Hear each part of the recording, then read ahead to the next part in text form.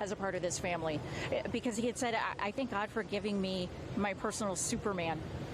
For my brother, for my big brother. And a lot of us feel that way. I have a big brother. I look at him as a Superman, so we all can relate some way, you know, maybe having that big brother or that favorite uncle that we, you know, would play around with. His niece Brooke talked about scratching his head and how they made a song out of scratching his head. I know that may be a light moment for some, but that may be one of her favorite moments that when she thinks about her uncle, and I think we all can relate to that.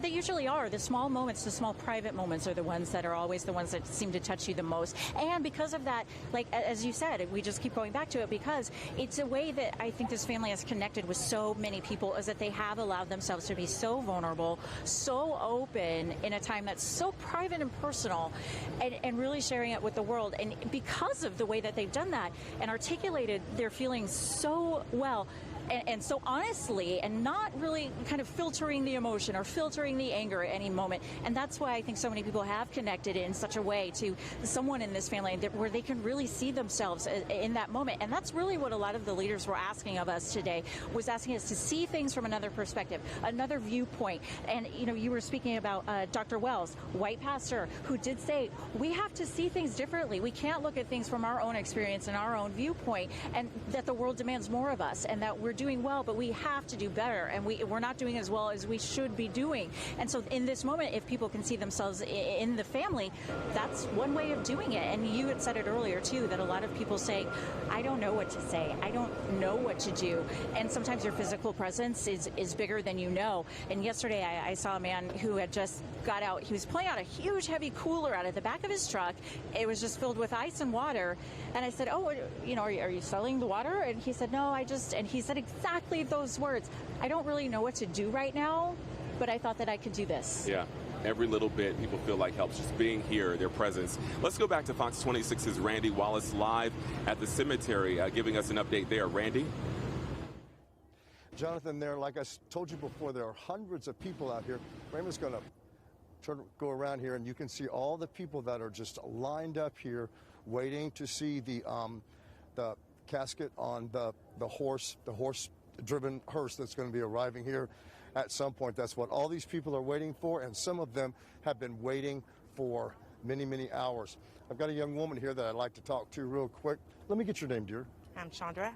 Tell me about, you've been out here a long time. How long have you been out here? I've been out here since maybe 11 o'clock on this morning, since the funerals service started. What brought you out here this morning? Being a resident of Pearland and a teacher at Dawson High School prior, and having a black son who's not here with me, as well as being a friend to the family, we just thought that as mothers, hearing him cry out, "Mother," that kind of hit home. No mother wants to hear their child, especially a son, cry out, "Mom." So I think that got the attention of a lot of mothers, and that's actually what brought me out here. I think probably every mother in the world has been touched by that. Absolutely, absolutely. A lot of mothers who are actually out here, that cry out for mom is a big deal for us, especially here in Pearland. Thank you so much for speaking with me. Again, there are hundreds of people out here waiting in the heat to see the horse-drawn hearse. And we'll, of course, be back with you with more later on that. Jonathan, back to you. All right, Randy Wallace will be checking back with you. Thank you. Again, you are looking live here as George Floyd's body has been taken via this hearse. Right now, this is going eastbound, I believe, on the Beltway, heading toward Post Oak. You can see his body being taken by the hearse that will be going to Pearland. And as Randy was just reporting, it will be taken by horse-drawn hearse, a different hearse, at the last mile. And people have been lined up along that route to see this moment in history, this moment in time, because that's what people feel this is, a moment that we heard over and over today. George Floyd, this man who was relatively unknown outside of maybe his community, has now been a name that many feel has changed the world. And something that stands out in Randy Wallace's story, when you see behind him how many people are there near the cemetery, the actual internment, the burial, is the one private moment where there won't be any access outside of the people who have been invited personally by the family. So that's the one part of this where they really are keeping it to the family and as private and personal as they can. Understandably so, but to see so many people outside of the gates of the cemetery, so close to the cemetery, just shows you that people just want to be a part. Right now we're seeing people even lining the Beltway as well. Yeah, it looks like several people lining the Beltway too. Yeah, that's right. I don't know how safe that is, so I would say maybe away from the actual highway. But it just shows you how people are just wanting to come out where they are to see the moment as it moves past them. And it's a private moment, as you mentioned, but George Floyd had a big family. He had family from North Carolina, from Minneapolis, and of course, a lot of people here from 3rd Ward, Texas. And we always talk about 3rd Ward, and I know a lot of people say, well, why do you just say 3rd Ward? Why don't you say Houston? But people who are from 3rd Ward, Texas are so proud to be from that community. It is, in many ways, people feel is the heart of Houston's black community, right there around Texas Southern and Jack Yates High School. And I talked to a young man yesterday. He said, there's a culture in 3rd Ward. We are so proud.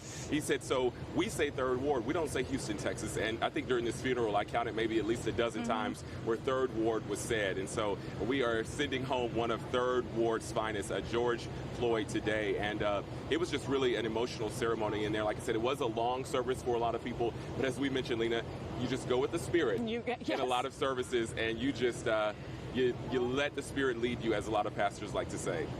You know what? So right now, as we're taking a look eastbound on the Beltway, this is moving over to Post Oak, depending on where you are, just to let you know where the route is. And Ivory Hecker is actually along the procession route. Ivory, if you can hear me, give us some perspective of where you are compared to where the procession actually is. Well, right now we're on Cullen Boulevard. We are just under a mile down from the cemetery, which is to my left.